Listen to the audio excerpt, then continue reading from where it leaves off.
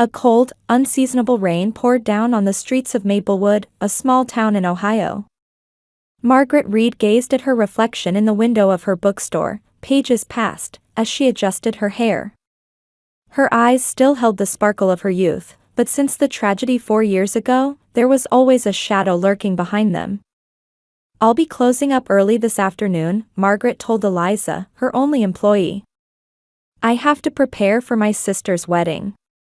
Eliza smiled as she dusted off an old book.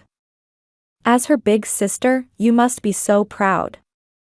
Margaret returned only a vague smile. Proud, was that how she should feel? She knew she should be happy that Vanessa was getting married.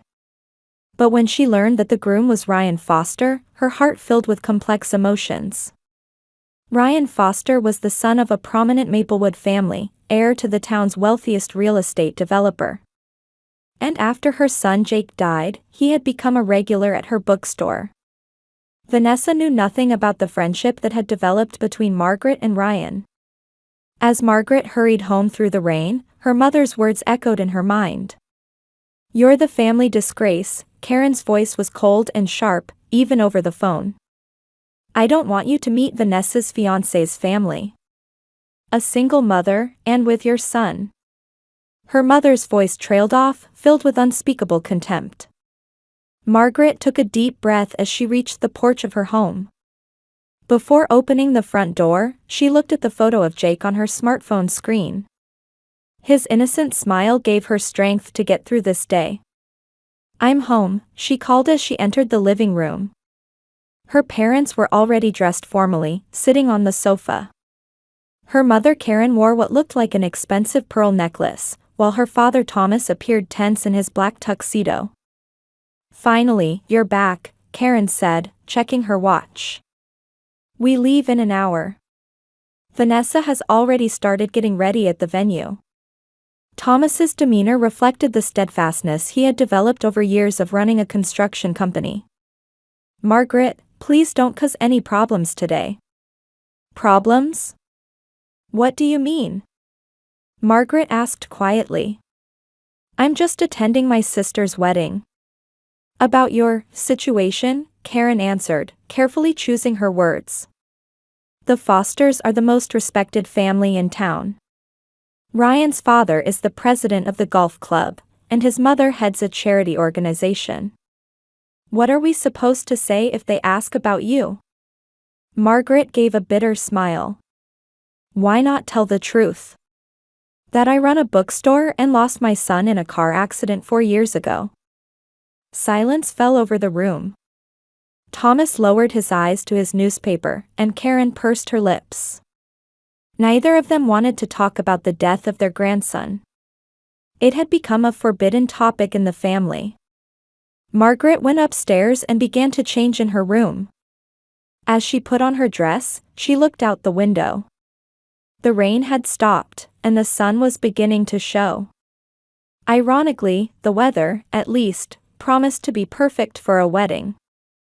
Standing in front of the mirror after finishing her makeup, Margaret picked up a small box from her nightstand. Inside was a picture book that Jake had loved most. A gift for Ryan. She hesitated whether she should give it to him on her sister's wedding day, but she knew that Ryan had a special attachment to this book.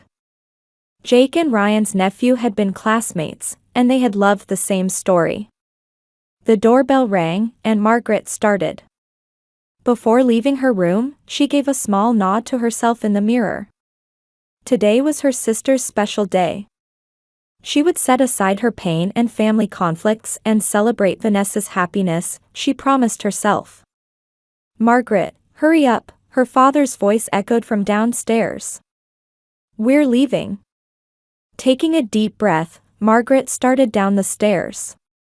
The clock showed noon, and the Reed family car was driving towards the outskirts of Maplewood.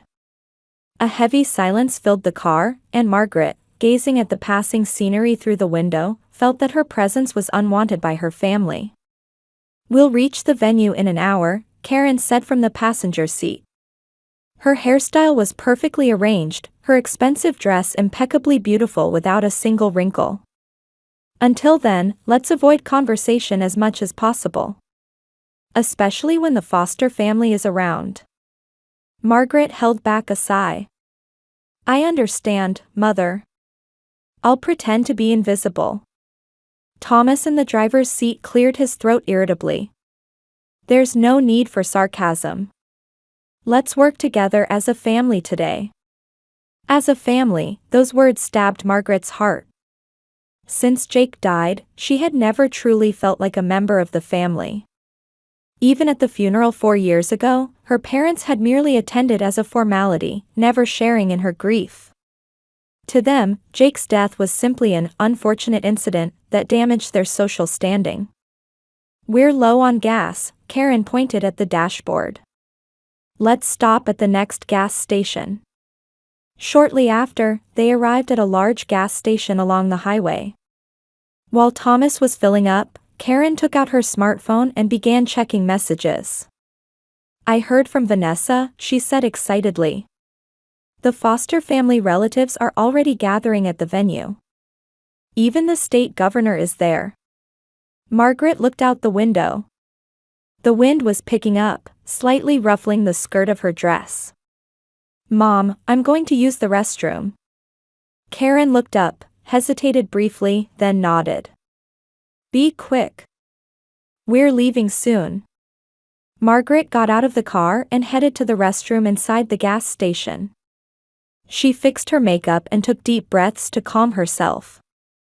Her reflection in the mirror looked tense and tired. It's okay, just a few more hours, she reassured herself. After leaving the restroom, she stopped by the small convenience store section and bought a bottle of mineral water.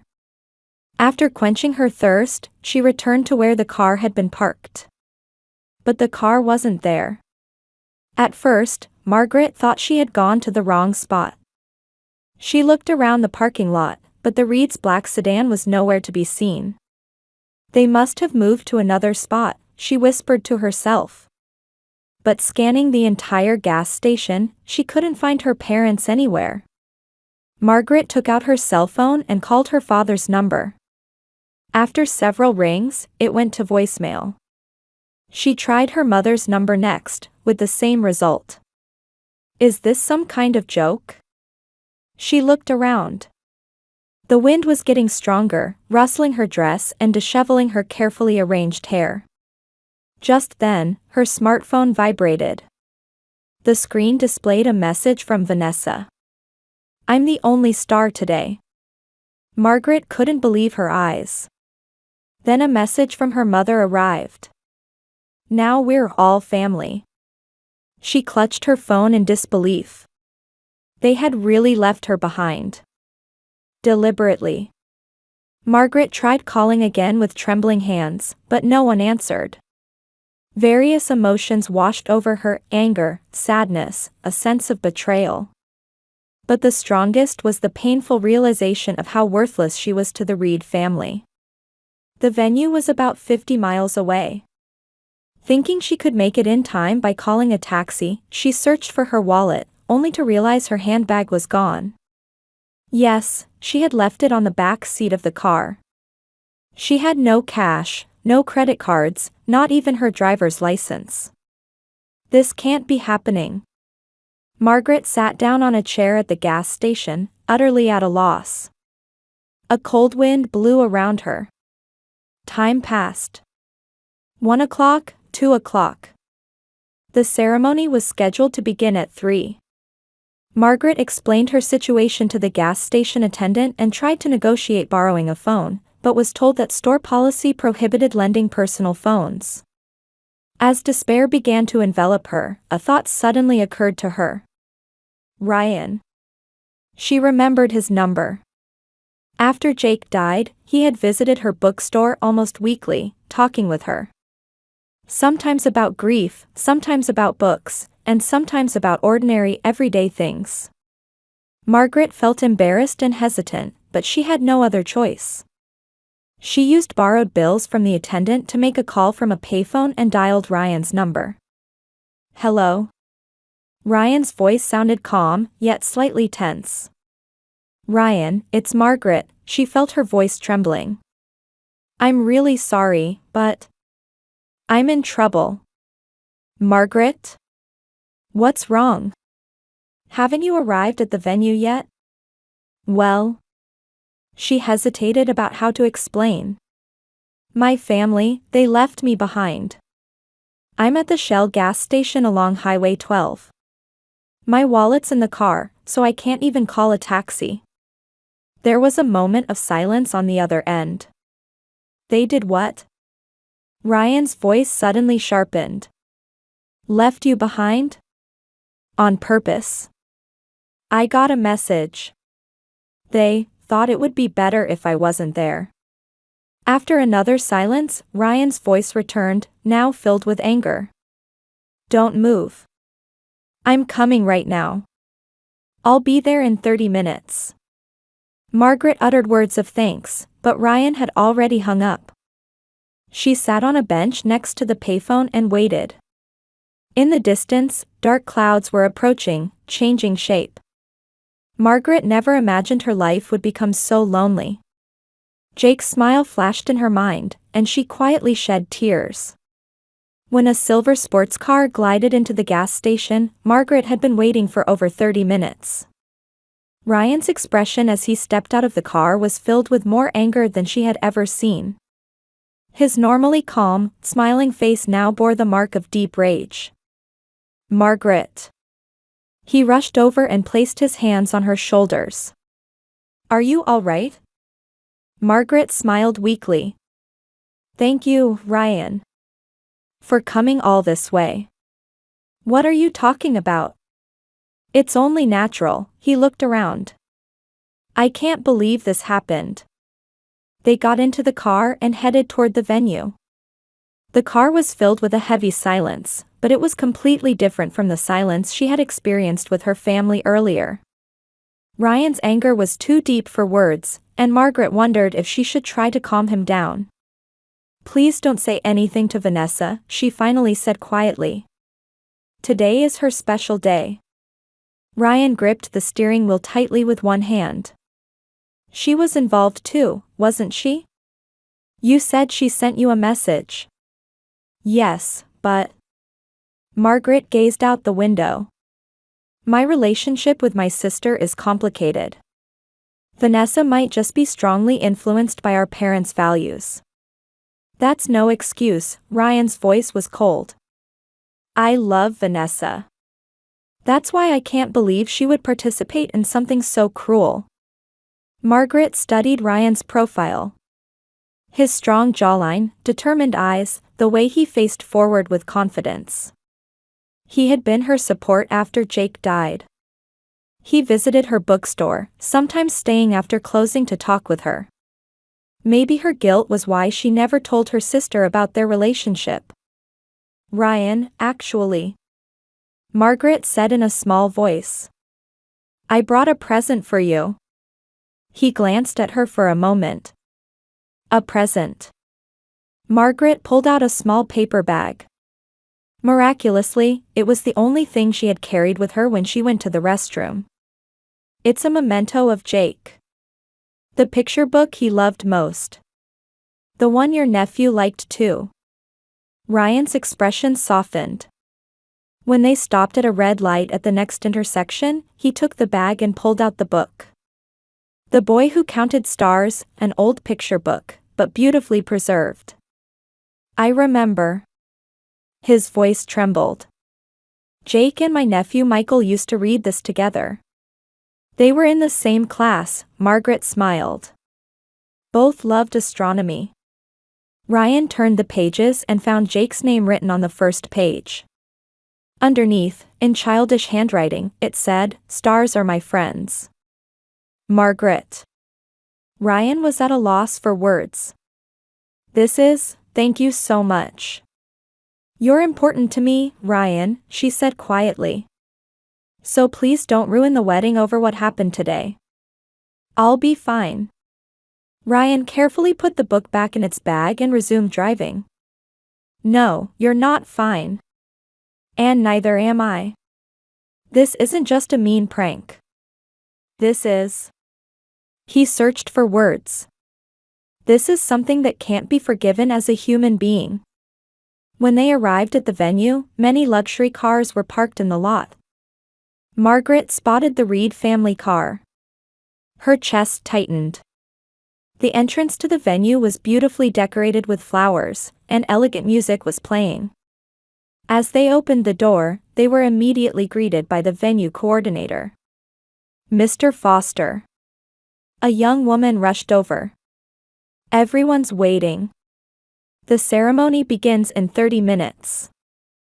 Thank you, Jessica, Ryan answered in a composed voice. This is Margaret Reed, the bride's sister. A momentary look of confusion crossed the coordinator's face. Oh, yes. Ms. Reed. Actually. Is there a problem? Ryan's voice lowered. No, just. Jessica seemed to be choosing her words. The bride's family is already seated. They said. What did they say? Ryan's voice grew colder. Jessica apologetically replied, I was told Ms. Margaret wouldn't be coming. The family seating arrangement is. It's fine, Margaret smiled, touching her arm. I can sit somewhere in the back. No, Ryan's voice was resolute. Margaret is family. She sits in the front row.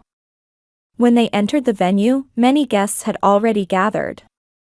The hall, decorated with luxurious ornaments and flowers, was truly fairy tale beautiful. Margaret spotted the Reed family. Her parents were seated in the front row, apparently enjoying conversation with those around them. Ryan took Margaret's hand and led her toward where her parents were sitting. When Karen and Thomas noticed the two of them, their expressions changed to a mixture of fear and surprise. Ryan. Karen stood up, forcing a smile. It's bad luck for the groom to see the bride before the ceremony. Yes, Karen, Ryan's voice was cold as ice.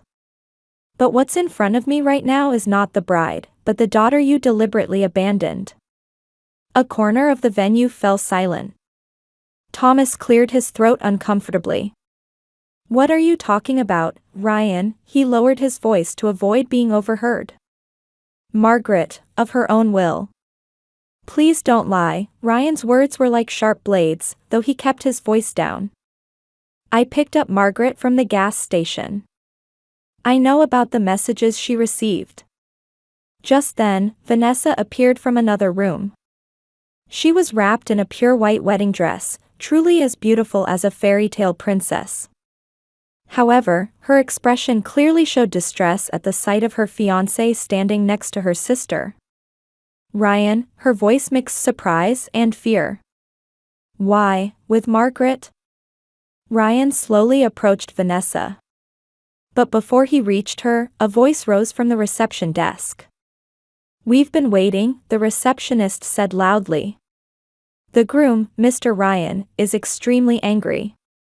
He has instructed us to cancel everything, saying, if Margaret doesn't come, there will be no wedding. The venue staff is on standby. A wave of shock spread through the venue. Guests looked at each other, and small whispers began to circulate. Members of the Foster family also stood up, clearly confused. What is the meaning of this? James Foster, Ryan's father, approached. He was a dignified man with a strong jawline similar to his son's. Margaret stood frozen in embarrassment and confusion. This was not what she had wanted. But Ryan stood unwavering in the center of the venue. Everyone, he began addressing the guests. Today, I came to marry Vanessa. I love her. But marriage isn't just about two people. It also means connecting with family. He looked toward Margaret. For 4 years, Margaret has been my support. Her son Jake was in the same class as my nephew and was his best friend. After she lost him, her bookstore became my second home. The venue was completely silent. Vanessa's face had turned pale, and Karen looked like she might collapse into her chair. And today, her family deliberately left her at a gas station. without a wallet or phone. Why? Because she's the family disgrace. Thomas tried to speak, but Ryan continued. I declare that I will reconsider marriage with a family that cannot respect Margaret. She is not someone's disgrace, but a strong, caring, wonderful woman. I cannot accept values that deny her existence. Vanessa stepped forward, tears streaming down her face. Ryan, please. Her voice trembled. This is a misunderstanding. Margaret stepped forward and took her sister's hand. Vanessa, we need to talk. Right now, here, she said in a quiet but firm voice. And Ryan, you too. Jessica immediately guided the three to a small private room. Once inside, Vanessa took a tissue with trembling hands, desperately trying to fix her makeup that was on the verge of collapse. You've ruined everything, she said bitterly. Happy now? Margaret was hurt by her sister's words but kept her expression unchanged. Vanessa, I'm not trying to ruin anything. Rather, I'm trying to save your wedding. Save it. Vanessa gave a sarcastic smile. By showing up with the groom and exposing such embarrassing truths in front of everyone? Embarrassing truths? Ryan interrupted.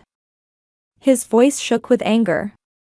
It's certainly embarrassing that your family abandoned your sister, but my friendship with Margaret is nothing to be ashamed of. Margaret stood between them. This is not the time to blame each other. Ryan, you shouldn't cancel the wedding over our personal issues.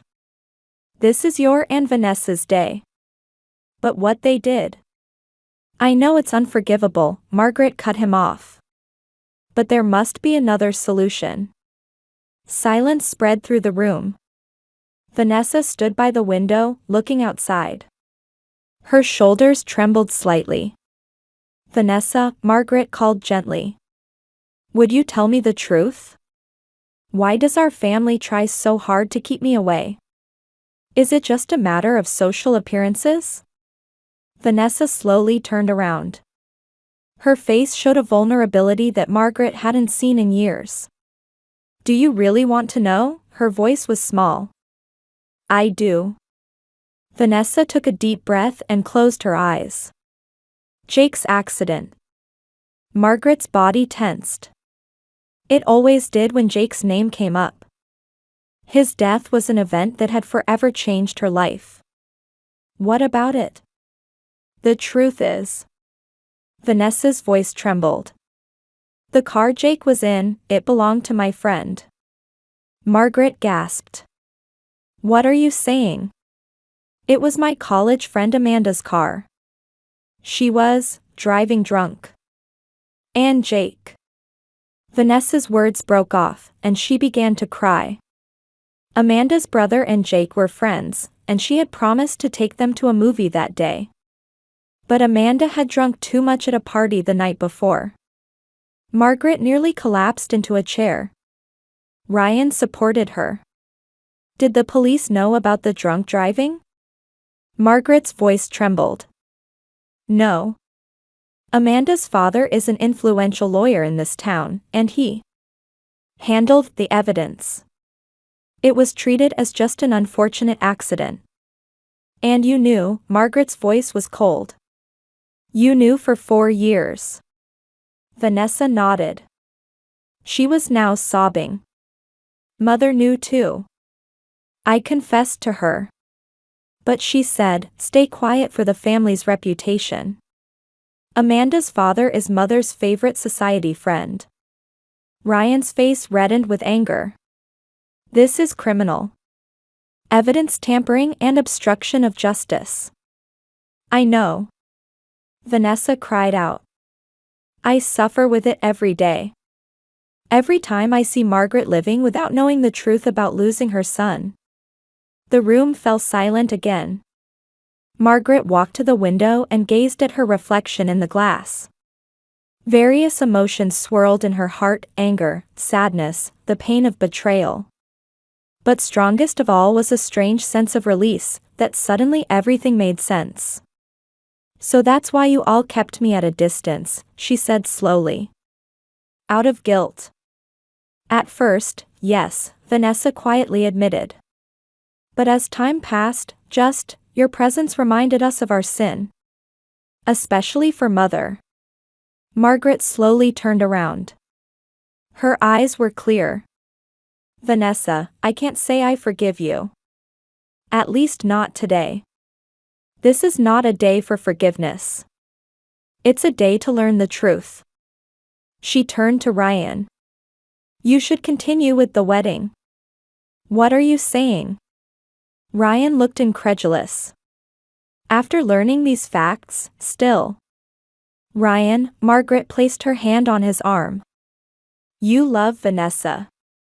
And she loves you. Her sin is grave. But that doesn't determine your future together. But I'm not finished, Margaret said quietly but forcefully. I have conditions. She turned to Vanessa. Vanessa, after the wedding, you will meet with Amanda and her father and persuade them to tell the truth.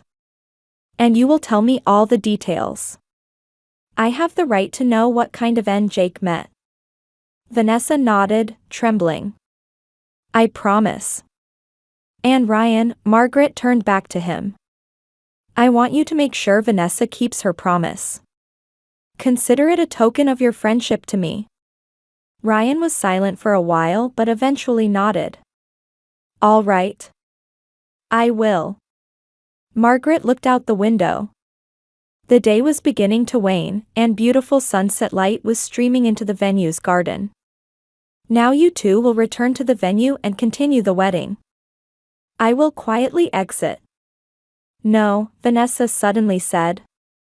I won't let that happen. You, stay. She stumbled over her words. As family. Margaret stared at her sister for a moment. Her eyes held determination and a faint light of hope. Then there's one thing I want you to promise, Margaret said quietly. Anything, Vanessa answered immediately. Promise to accept the truth and take responsibility. For Jake's sake, and for our family. Vanessa looked straight into her sister's eyes and nodded deeply. I promise. No more lies. And I'll take responsibility. Margaret smiled for the first time in its true sense. Then, sister, let's prepare to walk you down the aisle. Ryan watched the two sisters, slowly nodding. Complex emotions showed in his eyes, but there was also a shade of respect. Margaret, he said quietly. You truly are an amazing person. It's too early to thank me, she laughed softly. The journey of truth is just beginning. The three prepared to leave the room. As she placed her hand on the door, Margaret paused for a moment and spoke inwardly to her son's memory. Watch me, Jake. Mom has become strong. For you. 1 year later, spring sunlight streamed into the Pages Pasta bookstore in Maplewood. More people than usual had gathered inside, with warm laughter and conversation filling the air. On the central table sat a small sign reading, Jake Reed Memorial Scholarship, and a cake decorated with blue ribbons. Thank you all for coming, Margaret smiled at the gathered crowd. Today is a special day. It's both the introduction of my nephew, Elliot Foster, and the first awarding ceremony of the Jake Reed Memorial Scholarship. Next to her stood Vanessa and Ryan, holding a small baby. Vanessa's face had softened since a year ago, and her eyes held a new kindness. This past year, many things have changed, Vanessa said quietly. I've learned to face my mistakes and take responsibility. We were able to establish a fund for traffic accident victims and start a scholarship in Jake's name because of my sister Margaret's courage and strength. In the corner of the room, Thomas Reed stood quietly. He looked older than a year ago, but his posture showed a new humility. After the family secret was revealed, he had separated from Karen and began visiting Margaret's bookstore multiple times to apologize. Today, too, he was quietly waiting to take pictures of his grandson. Karen was absent. She still refused to acknowledge her mistakes and continued to use the phrase, family disgrace, in society, but no one listened to her words anymore. And today, we have a special announcement. Ryan stepped forward and said, "We will be opening a new children's library next to Margaret's bookstore. It will be called Jake's Stars." Warm applause erupted from the venue. Margaret's eyes filled with tears of emotion. She realized how unimaginably different her life was from a year ago. After the ceremony, as people began to leave in small groups, Margaret sat in a small reading space at the back of the bookstore.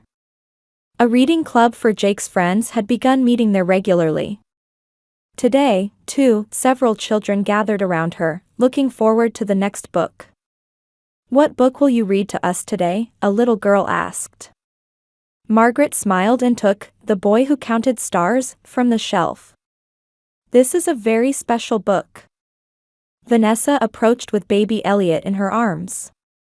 "May I listen too?"